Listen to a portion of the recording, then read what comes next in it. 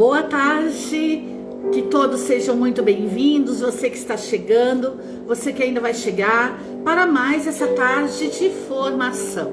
E hoje vamos estar falando sobre a pregação. Tema número 3, os participantes do Ministério de Pregação. Então sejam todos muito bem-vindos, quero pedir desculpas aí pela ausência durante alguns dias, é que estamos aí. Estou passando por um momento um pouco difícil, mas com a glória de Deus estou aqui e vamos em frente, porque o Senhor está conosco todos os dias. Amém? Então vamos iniciar a nossa formação em nome do Pai, do Filho e do Espírito Santo. Amém. Vinde, Espírito Santo, vinde por meio da poderosa intercessão do Imaculado Coração de Maria, vossa amadíssima esposa. Vinde, Espírito Santo, vinde por meio da poderosa intercessão do Imaculado Coração de Maria, vossa amadíssima esposa. Vinde, Espírito Santo, vinde por meio da poderosa intercessão do Imaculado Coração de Maria, vossa amadíssima esposa. Estamos unidos e vamos continuar unidos em nome do Pai, do Filho e do Espírito Santo. Amém. Tema de hoje, tema número 3, formação básica de pregadores, os participantes do Ministério de Pregação. Quem são os participantes do Ministério de Pregação? Os servos, que se sintam chamados por Deus para a pregação. Então aqui algo que nós precisamos ter em mente é que para participar do Ministério de Pregação, são necessários alguns requisitos. Não que Deus faça acepção de pessoas, Deus não faz acepção de pessoas, mas nós vamos ver que dentro do corpo místico de Cristo, do qual nós somos os membros e Cristo é a cabeça, existem vários membros. Então o ministeriado do Ministério de Pregação, ele preenche esses requisitos. Então vamos lá. Primeiro, ele é um servo. Segundo, ele se sente chamado ao ministério de pregação. Isso mesmo. O pregador, ele não é ele não é obrigado a estar no ministério de pregação. Isso para ele não é uma imposição, mas nem uma obrigação, né? A palavra do Senhor diz: ai de mim se eu não pregar o evangelho. Isso é uma obrigação que se me impõe, mas não é uma obrigação vinda por parte de Deus, do homem para com Deus e não do homem para com o homem, né? Por isso o pregador, ele se sente chamado por Deus. Então ele não é obrigado por uma outra pessoa, nem pela própria igreja a estar ali, mas ele é chamado pela própria natureza da igreja, que é uma natureza missionária, pelo próprio batismo, que o faz um portador, né, para anunciar o evangelho de Jesus, mas e por causa disso, ele se sente chamado por Deus. E sendo chamado por Deus, ele é portador da graça santificante.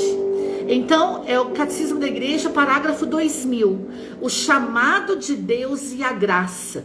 Então, o pregador, além de ele se sentir chamado por Deus, ele ainda se sente agraciado pelo próprio Deus. Ele se sente capacitado, ungido pelo próprio Deus. Por isso, o Catecismo da Igreja diz, do parágrafo 2000, o chamado de Deus e a graça. O chamado sempre é acompanhado pela graça. Deus chama, mas também capacita. Deus chama, mas também dá a sua graça. Então o Catecismo da Igreja vai dizer sobre a graça santificante. A graça santificante é um dom habitual, é uma disposição estável e permanente, e é uma disposição sobrenatural. Então o pregador, ele é ungido com a graça santificante. A graça santificante está sobre ele, e essa graça o faz sentir chamado por Deus. Por quê? Porque sobre ele está um dom habitual, ou seja, é um hábito de Deus agraciar aqueles que ele chama. É um dom de Deus. Deus, quando chama, Deus tem um propósito. Deus, como nós dizemos, Deus tem um chamado para mim. É verdade, Deus tem um propósito para você. Deus nos chama com intenção. Deus é intencional. Quando Deus chama um pregador, ele já tem local, dia, data, povo, tudo é marcado para que o pregador possa ser o portador, o anunciador do Evangelho de Jesus. Então, a graça santificante é um dom habitual que está sobre ele. É um hábito de Deus agraciar o pregador. É uma disposição estável e permanente. Ou seja, quando o pregador é chamado por Deus, ele se sente chamado por Deus, o pregador é sempre disposto. E a disposição que está sobre ele é uma disposição estável e permanente. Não é aqueles pregadores que dizem, eu vou e não vou. Se tiver tantas pessoas eu vou, se for em tal lugar eu vou, se for pregar isso eu vou, se eu puder falar isso eu vou, se não eu não vou. E vai escolhendo, vai colocando limites. Não, a graça santificante que está sobre o pregador, que verdadeiramente é agraciado por Deus, é chamado por Deus, é uma estável e permanente. O pregador é uma pessoa estável, é uma pessoa permanente. Olha, preciso de você pregando aqui, eu vou, eis-me aqui. Preciso de você pregando ali, eu vou, eis-me aqui. Ele não pergunta quantas pessoas tem, aonde é, não, eis-me aqui. Ele está à disposição, e uma disposição estável e permanente, porque isso pertence sobre a graça santificante. É a graça santificante derramada sobre o pregador. É uma disposição sobrenatural, ou seja, é algo que vai além do natural. Porque se nós formos olhar para o natural do ser humano, muitas vezes o ser humano se sente cansado, o ser humano muitas vezes é orgulhoso, muitas vezes é vaidoso. Então, quando o pregador realmente se sente chamado por Deus, ele vê que sobre ele está uma unção sobrenatural. Isso, é interessante isso, porque seria bom até que pregadores testemunhassem isso, né? Que muitas vezes nós estamos, se for olhar para o lado humano, humanamente falando, estamos destruídos, né? Várias coisas acontecem, perseguições acontecem, provações acontecem, tentações acontecem. A vida de um pregador chamado por Deus não é uma vida fácil, não é um chamado fácil ser um pregador. Mas quando realmente é um chamado que vem de Deus e o pregador se sente chamado por Deus, ele vê que o que está sobre ele está além dele. É uma força sobrenatural, é um poder sobrenatural, é uma graça sobrenatural que o faz sempre estar à disposição de forma estável e permanente. E pregar para ele se torna um hábito. Por quê? Porque ele é chamado por isso. Esse dom habitual de Deus é derramado sobre ele. E isso se torna um hábito para ele. Por quê? Porque ele é portador de algo que não é dele. Por isso um chamado sobrenatural, está além do natural. É algo que vem de Deus, é de Deus para o homem. Do homem para Deus é a resposta, mas de Deus para o homem é o chamado. Então é interessantíssimo você ser um pregador que, assim como a formação nos diz, os participantes do ministério de pregação são servos que se sentem chamados. Amado, você se sentir chamado por alguém é algo sobrenatural, porque você vê que isso não veio de você, veio de Deus. Eu me recordo que quando foi a minha primeira pregação, eu participava de um grupo de oração aqui perto da minha casa. E como antes da minha conversão eu participava de fanfarra, então o que eu fazia na fanfarra? Eu participava da linha de frente, ou seja, era aquelas meninas que dançavam na linha de frente, na frente da fanfarra, mas também depois eu fui participar da própria fanfarra, onde eu fazia parte da percussão. Então eu toquei diversos instrumentos, toquei prato, toquei gongo chinês, toquei triângulo, toquei pandeiro, enfim, toquei várias coisas. Interessante, né? E ali eu comecei a ter um contato muito forte com a música, porque antes da fanfarra eu era dançarina. Então eu dançava jazz, eu dançava todo tipo de dança. Hoje se chama ritmos, né? Vários ritmos. Então eu fazia apresentações em teatro e várias coisas. Então, e depois disso eu fui participar da fanfarra. E durante um tempo eu fazia as duas coisas ao mesmo tempo. Então, quando eu conheci Jesus e eu fui para o grupo de oração, eu sentindo chamada por Deus, eu fui para o Ministério de Música, porque eu estava vindo da música, né? Então eu fui tocar pandeiro, interessantíssimo isso. E foi assim um poder, eu me lembro hoje que depois eu fiz uma pregação até com pandeiro na mão. Foi um poder enorme, realmente foi sobrenatural aquele dia. A pregação foi sobre Daniel, mas a minha primeira pregação foi nesse grupo de oração que eu tocava pandeiro. E a coordenadora chegou para mim e disse: Valéria, amanhã você vai pregar. Aí eu falei assim: como assim pregar? Ela falou: Deus colocou no meu coração que você tem um chamado de pregação. Amanhã prega para nós. Aí ela falou assim: mas eu quero que fique claro que você não é obrigada a pregar. Reze e veja o que Deus vai colocar no teu coração. E eu fui orar. E quando eu fui orar, Deus falou para mim: você, a partir de agora, é uma pregadora do meu evangelho. E eu fui pregar. Amados, olha, não é para vanglória minha, Deus sabe, mas eu testemunho a graça santificante, o poder sobrenatural sobre a minha vida. Eu nunca tinha pregado a palavra de Deus e eu preguei aquela palavra como nunca. Foi muito interessante, muito forte. E naquele dia, o que aconteceu comigo? Eu me senti chamada por Deus. E a partir dali, eu deixei o Ministério de Música e me consagrei ao Ministério de Pregação e Formação. Então, olha que interessante. Quando o pregador, ele se sente chamado por Deus. Pregação é chamado. Segundo, são servos que tenham participação efetiva, ou seja, é preciso ter vida eclesial, é preciso ter uma vida eclesial, participar de um grupo de oração, ou de uma nova comunidade, ou então de um instituto religioso, de um instituto secular, onde se tem a necessidade de pregadores, e você vai estar participando de forma efetiva. Então, o ideal é que o pregador seja alguém que tenha essa participação efetiva, mas que não tenha uma vida separada da vida eclesial. Terceiro, são servos que tenham participado do seminário de vida no Espírito.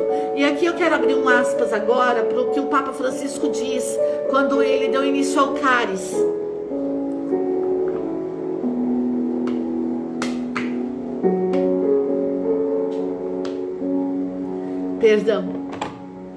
Quando o Papa Francisco deu início ao cáris, quando ele diz que é importantíssimo que os membros da igreja façam o seminário de vida no Espírito Santo. Que era o desejo dele que todos os batizados passassem pelo seminário de vida no Espírito Santo. Assim, os servos que se sentem chamados à pregação, também devem passar pelo seminário de vida no Espírito Santo. Vou falar aqui dentro da visão que é o que eu faço parte, de novas comunidades, né? Seria muito bom se a nova comunidade tivesse dentro do seu currículo formativo o seminário de vida no Espírito Santo. Se não, várias pessoas das novas comunidades vieram da renovação carismática católica, né? As novas comunidades, frutos da renovação carismática católica. Se já passaram pelo seminário de vida no Espírito, eu sempre digo, é muito bom, mesmo que já tenha passado, renovar o seminário de vida no Espírito, né? Porque a pessoa que vai estar passando, vai estar formando, vai estar passando o seminário, geralmente são pessoas diferentes, então é uma visão diferente, é um testemunho diferente. Então é importante a renovação, né? Não é porque você fez uma vez que você, não, já fiz, não preciso fazer, já sei tudo. Não, renove, né? Então, se você não tem o Seminário de Vida no Espírito Santo dentro do currículo de uma nova comunidade, ou dentro de um instituto religioso, ou dentro de um órgão de vida secular, um instituto de vida secular, né? Ou leve o Seminário de Vida no Espírito para dentro desse local, ou então que os membros sejam enviados para fazer o Seminário de Vida, onde o Seminário de Vida é proposto. Então, que isso fique bem assim, latente, a importância do Seminário de Vida no Espírito estar no currículo formativo. Eu acho isso muito interessante e que precisa ser repensado também devido a essa direção do próprio Ministério de Pregação. Os servos que tenham vivência dos sacramentos. Aqui algo extremamente importante: vivência sacramental. Que um pregador que tem a vivência sacramental, ele tem sobre ele, como o próprio ensinamento diz no Catecismo da Igreja, parágrafo 2000, né, uma graça, uma disposição sobrenatural, pois sacramentos é um sinal visível da presença de Deus. Então, quando o pregador ele tem a vivência sacramental, ele tem nele um sinal visível da presença de Deus. O pregador é um servo que tem testemunho de vida coerente. E aqui nós vamos ver um pouquinho sobre o testemunho de vida. Então, antes de falar sobre o testemunho dos cristãos, eu vou falar um pouquinho ainda da finalidade do chamado de Deus e da graça santificante. Por que Deus dá ao pregador essa graça santificante? Não é só o pregador. Essa graça santificante é dada a todos os batizados. Mas como nós estamos falando aqui do pregador, do ministério de pregação, vamos voltar para a pessoa do pregador. Por que Deus dá essa graça santificante para o pregador? Porque essa graça santificante vai aperfeiçoar a sua alma. Então a graça santificante, que é um dom habitual, que é uma disposição estável e permanente, que é uma disposição sobrenatural, ou seja, ela vem de Deus para o homem. Essa graça santificante é derramada de forma habitual e também estável e permanente, e essa graça ela vem para nos aperfeiçoar, para aperfeiçoar a nossa alma. Então o pregador, ele tem sobre ele algo que o aperfeiçoa, que aperfeiçoa a sua alma, que é a graça santificante. E a graça santificante também torna o pregador capaz de viver com Deus. Então o pregador que realmente se sente chamado por Deus, ele tem a graça sobre ele que o torna capaz de viver com Deus. Então entenda bem, o pregador, ele é capaz. E ele é capaz de quê? De viver com Deus. Ele é capaz de viver pelo seu amor. Ele é capaz de viver uma vida na graça. Ele não é condenado ao pecado. Ele não é condenado aos seus vícios. Não, muito pelo contrário. Ele é capaz de viver uma vida de virtude. Ele é capaz de viver uma vida de graça. Ele é capaz de viver uma vida verdadeiramente na presença de Deus. Por isso, o pregador, ele é capaz de viver com Deus. E a graça também o faz capaz de agir por seu amor, ou seja, de ter atitudes por amor a Deus. O pregador, pela graça santificante, ele consegue renunciar por amor a Deus aquilo que não for de Deus nele. Ele consegue renunciar ao pecado, ele consegue renunciar aos vícios, ele consegue renunciar ao mal. Então, por isso que a vida de um pregador é acompanhado de renúncia, porque a graça o faz capaz de agir por amor a Deus. Então todas as suas ações são feitas por amor a Deus, porque há uma graça santificante derramada sobre ele. Então ele pode agir, ele é capaz de agir por amor a Deus. O pregador é capaz de viver e agir conforme o chamado divino. Então veja bem, ele não é chamado a viver e agir de qualquer jeito. Ele não é chamado a viver e agir da forma que ele quer, da forma que ele deseja, que ele acha que é certo. Não, ele é chamado, a graça está sobre ele, para que ele, o tornando capaz de viver e agir conforme o chamado de Deus. Ou seja, de uma forma habitual, com uma disposição estável, permanente, com uma disposição sobrenatural. Ele é capaz de aperfeiçoar a sua alma. Ele é capaz de viver com Deus, de agir por seu amor, de viver e agir conforme o chamado divino. Então, os pregadores, quando você olhar para um pregador a partir de hoje, e se você é um pregador, que você assuma isso definitivamente na tua vida, porque é isso que Deus tem para você. É isso que Deus tem isso para você, não é lá no céu, não, é aqui nesta terra, porque às vezes a gente fica meio doida, biruta da cabeça, achando que isso tudo é para o céu, amado. Não, lá no céu tudo é perfeito. Lá no céu não vai precisar de graça santificante. Lá no céu só tem santo. Então é preciso que você entenda isso. Lá não tem alguém que precise de graça. Lá estão aqueles que assumiram a graça nesta vida, viveram em graça e alcançaram o céu. Por isso a importância de nós lermos também a vida dos santos pregadores. Porque são pregadores que já alcançaram aquilo que nós buscamos. Por isso nós não podemos ser alienados. A gente tem que ter formação, a gente tem que ter conhecimento. A gente tem que saber que isso daqui é para viver aqui e agora. Não é para viver lá no céu. É para viver aqui e agora para alcançar o céu.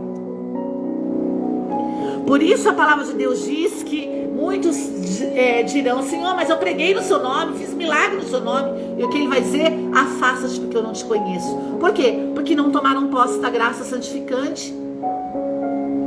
Porque viveram como pregadores naturais e não quiseram viver o sobrenatural de Deus. Então, a última característica de um participante do ministério de pregação é que tenha testemunho de vida coerente. Então vamos lá. Parágrafo 2015-6 do Catecismo da Igreja Católica. Testemunho dos cristãos. O cristão não deve se envergonhar de dar testemunho de nosso Senhor em atos e palavras. Então aqui para aqueles que dizem, né? Ah, minha vida é o último evangelho que Jesus, que as pessoas vão ver nesta terra. Verdade? Sim. Ah, mas o que importa é a vida e não as palavras. Verdade? Sim. Mas o Catecismo da Igreja diz no parágrafo 2015-6. E eu vou ler bem devagar, porque isso precisa ficar claro. O cristão não deve se envergonhar do testemunho de nosso Senhor Jesus Cristo. E ele não deve se envergonhar como? Em atos e palavras. Então não basta ter uma vida coerente, um testemunho coerente. O testemunho coerente também se dá em palavras. É preciso falar sobre Deus. É preciso testemunhar Deus com as palavras. É preciso que o pregador anuncie o evangelho. É preciso que o pregador fale sobre a doutrina. É preciso que o pregador fale sobre o magistério. É preciso que o pregador fale sobre a tradição. É preciso que o pregador anuncie a palavra com poder e autoridade sobrenatural. Em atos, vivência e palavra. O pregador, ele não pode se envergonhar do testemunho de Cristo. E como se testemunha Jesus? Em atos e palavras. Então é preciso que isso fique claro. Por isso o Catecismo da Igreja diz: o supremo testemunho é o martírio prestado à verdade da fé. Aquele que não se envergonha do testemunho de Jesus em atos e palavras pela graça santificante, de forma sobrenatural, ele é conduzido ao supremo testemunho, ele é direcionado pelo Espírito Santo ao supremo testemunho. E qual é esse supremo testemunho? É o martírio prestado à verdade da fé. Nós precisamos testemunhar a verdade da fé em atos, mas também em palavras. Porque tem muito pregador aí que diz: ah, não, mas a minha vida é o que importa é o que eu faço. Só que o catecismo da igreja diz, tá, o que importa o que você faz é muito importante, mas é preciso que também você fale de Deus, testemunhe Jesus, preste testemunho da verdade, fale a verdade, não se esconda da verdade, não omita a verdade, fale a verdade. E que verdade é essa? A verdade da fé. E fé em quem? Fé em Cristo Jesus. É preciso prestar ao pregador, amado, que ele não tem vergonha de testemunhar Jesus Cristo em atos, mas também palavras. Ele vai ser direcionado de forma sobrenatural para o supremo testemunho, que é o martírio. Pregador que se sente chamado por Deus não tem medo do martírio. Por que não tem medo do martírio? Porque a graça santificante está sobre ele, e essa graça santificante é um dom que vem do céu para o homem, de Deus para o homem. É um dom habitual, é uma disposição estável, permanente, sobrenatural, e ela aperfeiçoa sua alma, te torna capaz de viver com Deus, agir por seu amor, viver e agir conforme o chamado de Deus, até, se necessário for, e se for da vontade divina, chegar ao supremo testemunho do martírio da verdade da fé. Esse é o pregador que se sente chamado por Deus. Por isso, 2 Timóteo 1,8 vai dizer, e aqui pregando no sentido original do hebraico, vai dizer assim: portanto, não te envergonhes do testemunho de nosso Senhor, nem de mim, que sou prisioneiro seu, dizia o apóstolo Paulo. Antes, participa em padecer aflições com o evangelho, segundo a virtude e a potência de Deus. Palavra do Senhor, glória a Deus, aleluia, para sempre. Olha o que Paulo diz, 2 Timóteo 1,8, na versão hebraica: não te envergonhe do testemunho de nosso Senhor. E Paulo ainda vai além: nem de mim, que sou prisioneiro seu. Catecismo da Igreja Católica, parágrafo 2506. É preciso não se envergonhar de dar testemunho de nosso Senhor em atos e palavras. Paulo, 2 Timóteo, versículo 1:8. Não te envergonhe do testemunho de nosso Senhor, e nem de mim. E aí sim entra o testemunho em atos. Porque muitas pessoas se gabam de ser pregadores, mas têm vergonha dos irmãos. Tem vergonha daqueles que, como Paulo, sofrem perseguições, são aprisionados, e perseguições aqui pelo nome de Jesus. Não estou falando de perseguiçãozinha barata e perseguiçãozinha fake news, não. Estou falando de pessoas que sofrem por realmente se sentirem chamadas por Jesus, por viverem esse dom habitual, porque tem disposição estável e permanente para pregar, porque prega de forma sobrenatural pela graça santificante, porque aperfeiçoa sua alma por essa graça, porque se tornou capaz e vive com Deus, age pelo seu amor, vive e age segundo o chamado divino. Tem muitos pregadores aí, que dessas pessoas que realmente não se envergonham do testemunho de Jesus em atos e palavras, e são direcionadas ao supremo testemunho, que é o martírio, porque pregam a verdade. Tem muito pregador por aí que está se afastando dessas pessoas, porque não são pregadores ungidos pela graça, mas são pregadores assim. Eu tenho um antigo coordenador, que não vou expor a pessoa aqui, mas ele dizia uma frase que eu nunca esqueci. Não seja um daqueles que sobem numa folha de sulfite e acham que estão num púlpito. Tem muita gente por aí subindo em folha de sulfite, achando que está em púlpito. E quando se deparam realmente com essas pessoas que Paulo diz na palavra, olha, não te envergonhe de Deus. É muito fácil, meu amado, você falar que você é um pregador que se sente chamado por Deus. É gratificante isso. Mas aos olhos de Deus, porque você é um pregador que vive o sobrenatural e não o natural, é muito mais gratificante se você disser, eu não me envergonho de Deus e nem daquele meu irmão pregador ali, que sofre perseguição, que está sofrendo por amor a Jesus, que renuncia por amor a Jesus, que vive com Deus, que age por amor a Jesus, que vive e age segundo o chamado de Deus. Pregadores que levam os seus outros irmãos pregadores a verdadeiramente a uma promoção humana. Promovem o seu irmão. Paulo diz, olha, não se envergonha do evangelho de Jesus não, hein? Mas também não se envergonha de mim, porque eu também sou seu prisioneiro. Eu estou um prisioneiro por causa dele.